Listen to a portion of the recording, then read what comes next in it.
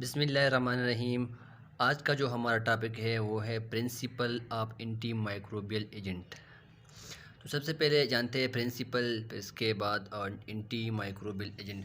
Principal का मतलब यहाँ पे है कि किस उसूल पे या हम ये मेडिसिन क्यों कहाँ पे यूज़ करते हैं। अगर ये वाले मेडिसिन यूज़ करते हैं तो ये दूसरा क्यों यूज़ नहीं करते। सही है। और एंटी माइक्रोबियल एजेंट का मतलब जो है ना, ये है an agent use to kill a stop of micro organism growth. यहाँ पे ग्रोथ।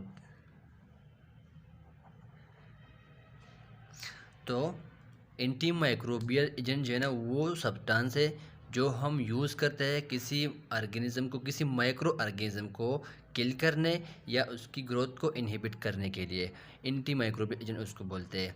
इसमें जो है ना, एंटी माइक्रोबियल एजेंट में एंटीबायोटिक आते हैं, एंटी फंगल आते हैं और एंटी वायरल आते हैं। सही है। और माइक्रोब्स क्या होते हैं? वायरस के ख़िलाफ़ या जो है ना बैक्टीरिया के ख़िलाफ़, फंजाई के ख़िलाफ़, इसके ख़िलाफ़ जो हम यूज़ करते हैं सब्सटेंस, उसको बोलते हैं एंटी माइक्रोबियल एजेंट। तो उसकी सलेक्शन मतलब अभी हम किस तरह एक देखेंगे कि ये वाले मेडिसिन सही है, ये वाले जो है ना ये थोड़ा सा कमज़ोर है या इसकी साइड इफ़ेक्ट ज़्यादा है, उस हिसाब से हम इसकी सलेक्शन करते हैं। तो सबसे पहले इस पे आते हैं selection of anti microbial agent. कैसे हम सेलेक्ट करते हैं? इस तरह एंटीबायोटिक अगर हम एग्जांपल लेते हैं तो बहुत सारे एंटीबायोटिक अवेलेबल है। तो एंटीबायोटिक में तो बहुत सारे अवेलेबल है। तो अभी हम उसकी सिलेक्शन किस बुनियाद पे करते हैं? फिर सबसे पहले हम जानते हैं आइडेंटिफिकेशन ऑफ माइक्रो ऑर्गेनिज्म। हम सबसे पहले ये जो है ना आइडेंटिफाई करते हैं कि ऑर्गेनिज्म जो है ना, माइक्रो ऑर्गेनिज्म आया, वो जो इन्फेक्शन काज हुआ है, जो डिजीज़ आया है, इसकी काजिंग एजेंट बैक्टीरिया है। बैक्टीरिया में ग्राम पॉजिटिव है, ग्राम नेगेटिव है। तो उसकी आइडेंटिफिकेशन पहले करनी होती है। या जो है ना वो क्या कहते हैं, फंजाई है, फंजाई ने डिजीज़ क्या काज किया है या वायरस ने काज किया है। तो इसकी आइडेंटिफिकेशन सबसे पहले करते हैं। तो identification of micro organism, for example अगर हम बैक्टीरिया की करते हैं तो सबसे पहले हम लेते हैं body sample, body fluid sample, या जो हम यूरिन से भी टेस्ट करते हैं, ब्लड से भी करते हैं और स्प्यूटम से भी करते हैं। तो बॉडी सैंपल लेके वहाँ पे फिर हम लेबॉर्ट्री में इसकी आइडेंटिफिकेशन करते हैं कि ये माइक्रो ऑर्गेनिज्म कौन से टाइप के हैं। और इसके बाद ये जो है ना स्टेनिंग हम करते हैं। स्टेनिंग क्या होता है?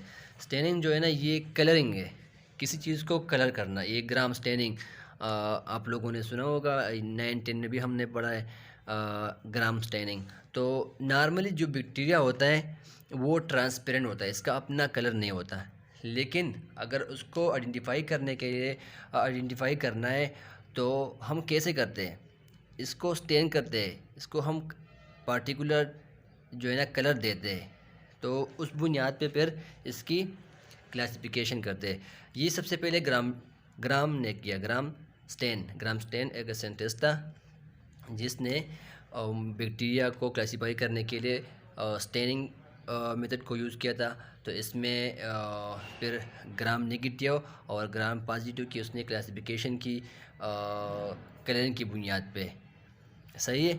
तो अगर हम इसमें अगर इस पेज पे वाइट मार्कर से कुछ लिखता हूँ तो इस पे नज़र नहीं आएगा, लेकिन अभी मैं लिखता हूँ ग्रीन से तो इस पे वाज़ेह तौर पर नज़र आता है। तो इसलिए बैक्टीरिया जो होता है वो ट्रांसपेरेंट होता है, उसकी वो सही से नज़र नहीं आता। लेकिन अगर हम उसकी स्टेनिंग कर दें, उसको स्पेसिफिक कलर दे दें केमिकल के ज़रिए, वो टेस्ट हम कर दें, तो इससे ये होगा कि ग्राम पॉजिटिव और ग्राम नेगेटिव की क्लासिफिकेशन जो है ना आसानी से हो जाती है और हमें इजीली पता चल जाता है कि ये ग्राम नेगेटिव बैक्टीरिया है और ये ग्राम पॉजिटिव बैक्टीरिया है।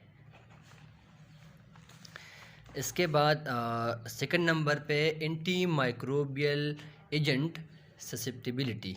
Anti microbial susceptibility of anti microbial agent. सही है। अभी इसका क्या मतलब है? आया जो हम एंटी माइक्रोबियल एजेंट जो यूज़ करते हैं, इसकी एबिलिटी कितनी हद तक है, ये कितनी हद तक को माइक्रोब्स को किल करता है या इसकी ग्रोथ को जो है ना इनहिबिट करता है। तो यहाँ पे हमने दो टर्म्स लिखा है, बैक्टीरियोस्टैटिक और बैक्टीरियोसाइडल। कुछ अगर हम एंटी माइक्रोबियल एजेंट में एग्जांपल ले एंटीबायोटिक की, तो वहाँ पे कुछ एंटीबायोटिक बैक्टीरियोस्टैटिक है और कुछ बैक्टीरियोसाइडल है। बैक्टीरियोस्टैटिक का मतलब है ग्रोथ को इनहिबिट करना। स्टैटिक माइक्रोब्स की या बैक्टीरिया की ग्रोथ को इनहिबिट करना।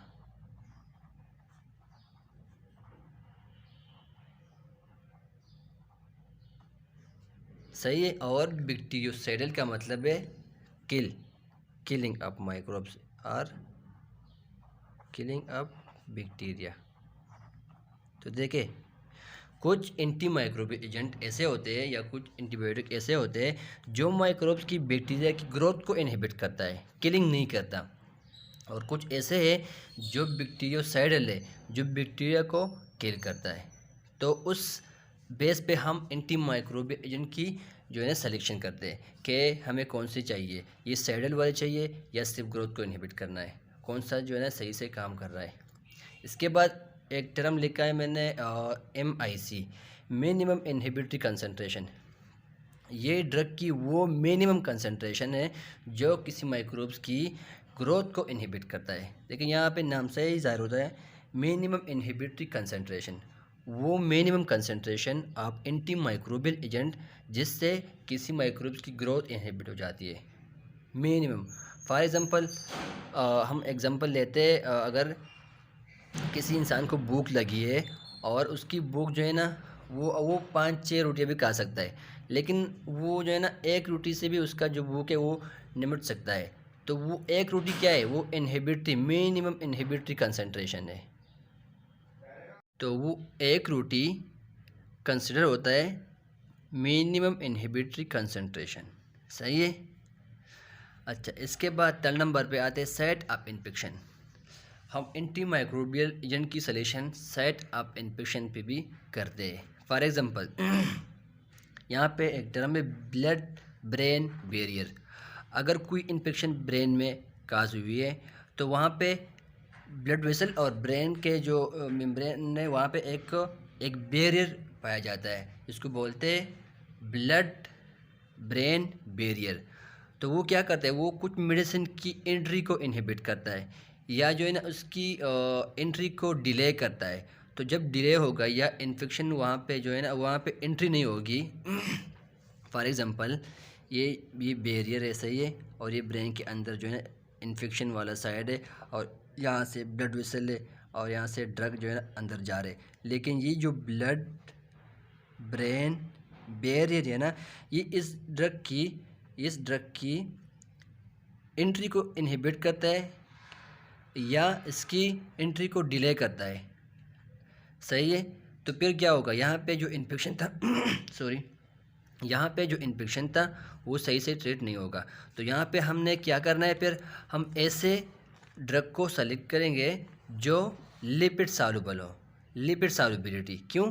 क्योंकि ये जो बैरियर है ना ये वाला ये लिपिड लिपिड से बना हुआ है और लिपिड सॉल्युबल मेडिसिन या लिपिड सॉल्युबल एजेंट इसको इजीली क्रॉस कर सकता है और अंदर जा सकता है। तो यहाँ पे हम फिर क्या करते हैं, जब कोई इन्फेक्शन ब्रेन में होती है तो हम उस ड्रग को प्रेफर करते हैं जिसकी लिपिड सॉल्युबिलिटी ज़्यादा हो। क्लियर?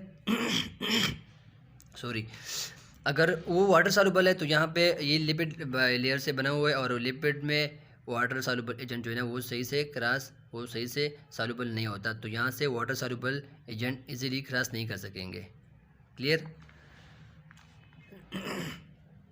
फिर है मॉलिक्यूलर वेट। अगर किसी मॉलिक्यूल की वेट या साइज़ ज़्यादा है तो वो इस जो है ना ये बैरियर को क्रॉस नहीं कर सकता easily as compare to those molecule having small size. सही है। इसके बाद है प्रोटीन बाइंडिंग। तो प्रोटीन बाइंडिंग क्या होता है? सबसे पहले प्रोटीन बाइंडिंग जानते हैं कि ये क्या होता है। ये अगर जिस तरह हम पहले मेडिसिन यूज़ करते हैं तो ये साइट ऑफ इन्फेक्शन पे जाने से पहले ये ब्लड में किसी ख़ास प्रोटीन के साथ बाइंड होता है। तो ब्लड में जो ना ये ग्लोबुलिन और एल्बुमिन, ये प्लाज्मा प्रोटीन है, से ब्लड प्लाज्मा प्रोटीन।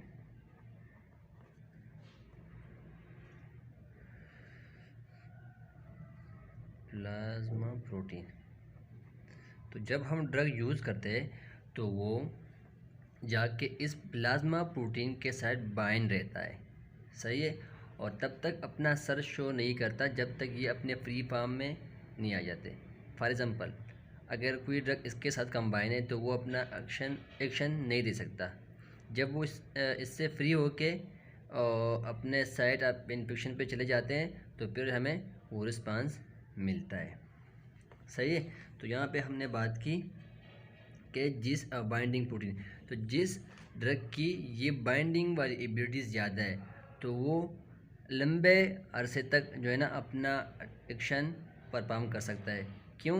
ये इस प्रोटीन के साथ कंबाइन रहता है ड्रग, और स्लो रिलीज़ होता है, स्लो फ्री होके साइट ऑफ इन्फेक्शन पे चले जाते हैं, वहाँ पे अपना एक्शन दे रहा है।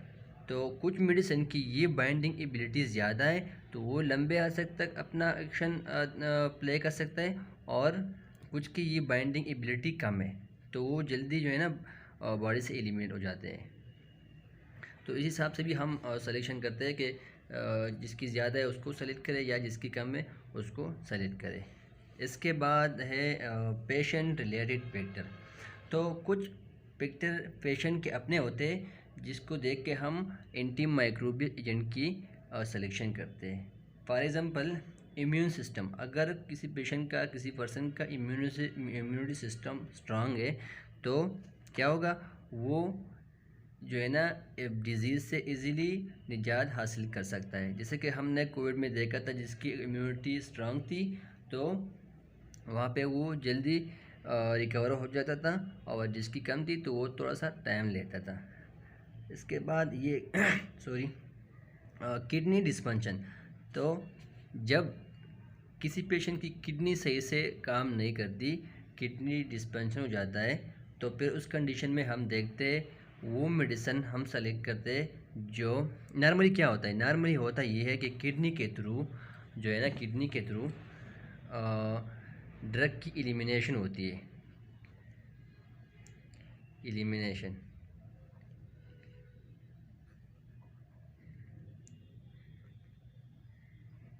ऑफ ड्रग, मेजॉरिटी जो है ना वो किडनी के थ्रू होता है। तो जब किडनी सही से काम नहीं करती, सही है, तो जो मेडिसिन किडनी के थ्रू एलिमिनेट होते थे वो अभी उसकी एलिमिनेशन नहीं होगी, तो क्या होगा, वो बॉडी में इसकी एकमुलेशन होगी, बॉडी में जमा हो जाएगा, सही है। तो फिर इसके रिजल्ट में क्या है, इसके रिजल्ट में फिर साइड इफेक्ट मिलता है, सही है, साइड इफेक्ट इसके बढ़ जाते हैं और टॉक्सिक लेवल पे चले जाते हैं। तो इस कंडीशन में हम देखते हैं कि ऐसे एंटी माइक्रोबियल एजेंट या ऐसे मेडिसिन को सेलेक्ट करें जिसकी एलिमिनेशन किडनी के थ्रू ना हो, बाइल के थ्रू हो, या डोज एडजस्टमेंट करते हैं। डोज एडजस्टमेंट मतलब ये है कि हम उस मेडिसिन की डोज को कम कर देते हैं, सही है। जब किडनी सही से काम नहीं करती और वो मेडिसिन किडनी के थ्रू एलिमिनेट होते हैं तो हम उस ड्रग की डोज को कम कर देते हैं और इस प्रॉब्लम को ठीक करने की कोशिश करते हैं। या अल्टरनेटिव हम बाइल एलिमिनेटिव, जो बाइल के थ्रू जो है ना एलिमिनेट होता है, वो ड्रग दे देते हैं। तो यहाँ पे भी एंटी माइक्रोबियल सिलेक्शन पेशेंट के पिक्चर को देख के हम करते हैं। इस तरह यहाँ पे है hepatic dysfunction. Hepatic dysfunction, hepatic mean liver,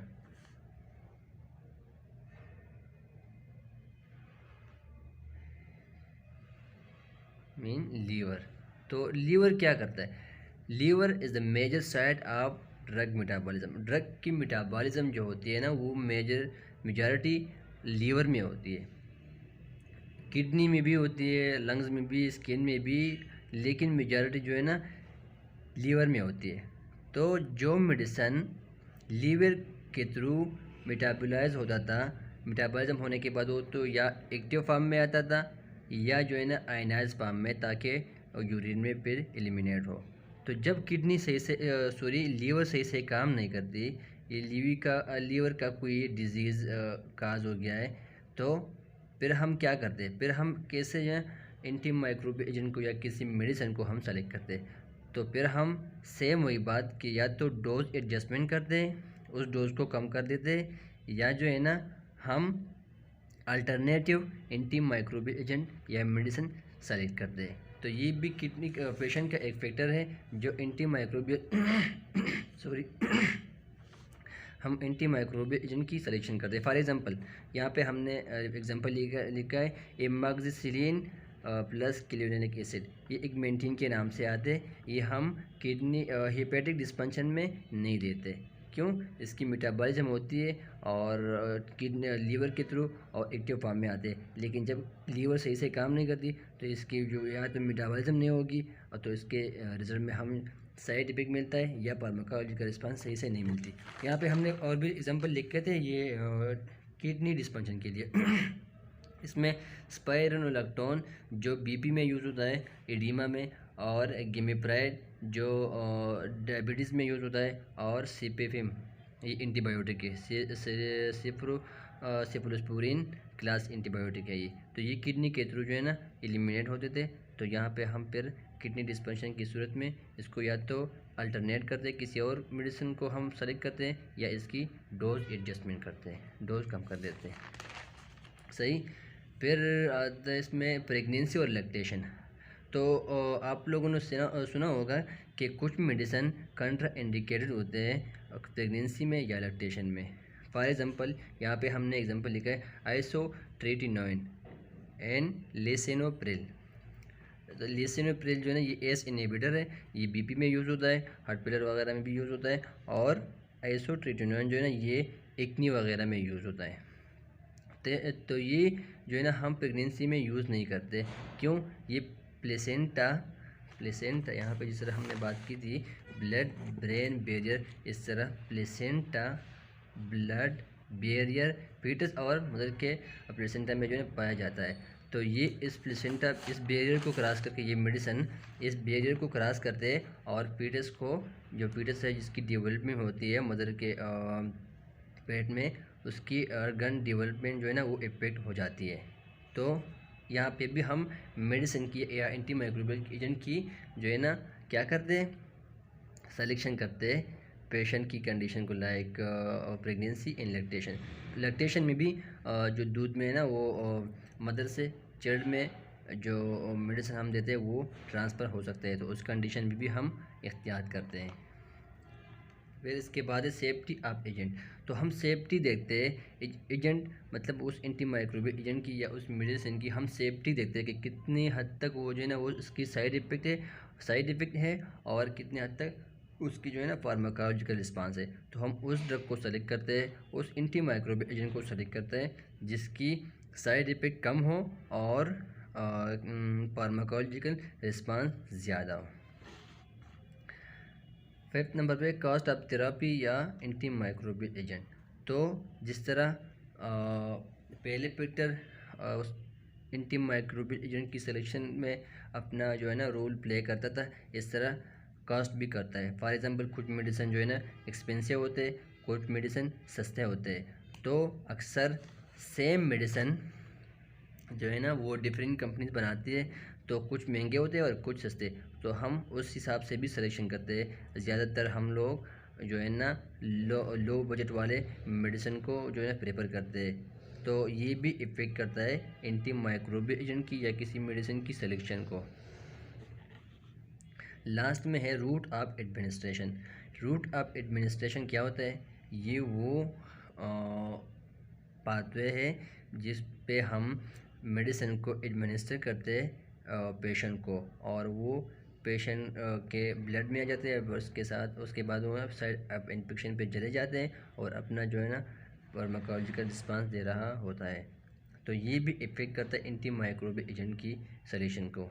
कैसे? अगर हम कोई एंटी माइक्रोबियल एजेंट ओरल देते हैं तो क्या होगा?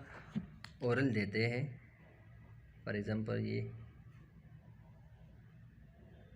जब हम किसी मेडिसिन को ओरल किसी एंटी माइक्रोबियल एजेंट को ओरल यूज़ करेंगे तो वो स्टमक में आ जाएंगे, और यहाँ पे स्टमक की जो एसिड है, एसिड वो क्या करता है, अक्सर वो इस मेडिसिन की या इस एंटी माइक्रोबियल एजेंट की जो है ना ब्रेक डाउन करता है, इसको डिस्टेबलाइज करता है, तो हमें रिजल्ट में वो फार्माकोलॉजिकल रिस्पांस नहीं मिलता।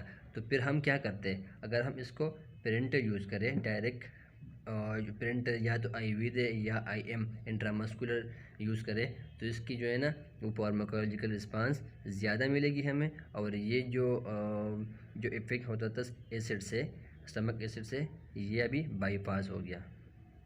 तो यहाँ पे भी रूट ऑफ एडमिनिस्ट्रेशन भी एंटी माइक्रोबियल एजेंट की सिलेक्शन करता है। हम फिर वही साइड पे जाते हैं जो हम पेरेंटल यूज़ कर सकते हैं, और हम रूट जो है ना चेंज करते हैं।